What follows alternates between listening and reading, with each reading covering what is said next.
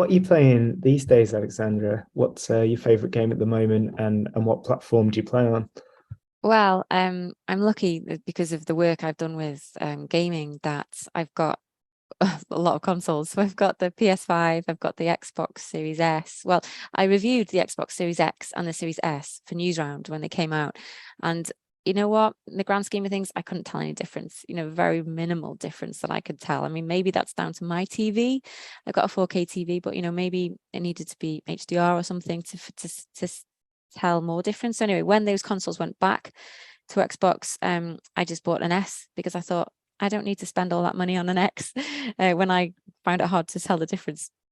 So I've got an S and a PS5 and a Switch OLED and a Wii U, which I love. I love the Wii U. It's overrated. People just a lot of people don't like the Wii U, do they? But I absolutely loved it, and it helped me a lot during the pandemic. Actually, playing Breath of the Wild when I couldn't get hold of a Switch. And the Mega Drive Mini, I've got that as well. And I've got a little retro arcade. So Raspberry Pi, it's about that big. My sister's boyfriend made it for me, and it's got loads of retro games on it. And so pretty much got everything. I'm quite lucky. Oh, so as for games, what am I playing? Well, at the moment with this book, I'm not playing anything. I literally have no time. The last thing I played was Psychonauts because I mentioned it. I obviously interviewed Tim Schafer for the book and about that game, so I'm trying to finish it.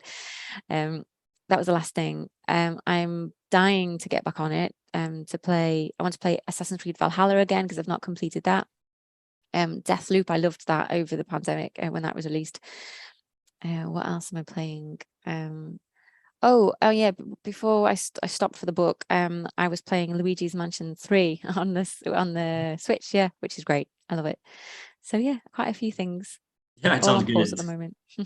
Yeah, I mean, I literally had to force myself last night to try and play some Red Dead, some RDR2, I because I love was that, like, yeah. oh, I mean, it's like one of the most kind of cinematic games I've ever played. I mean, in combination with Last of Us 2, obviously, which I was basically scarred by, I think, for about 2 months. Were you? Um, Why?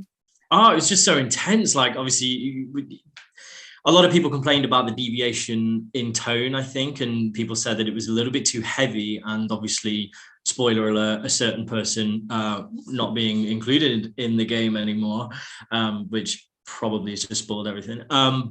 Yeah, it was dark, and it was exactly what I needed to be. I think things have to mature over time. I look at the Harry Potter series and stuff like that. If it was still all, airy fairy, for lack of a better term, I think people would be a little bit bored by it.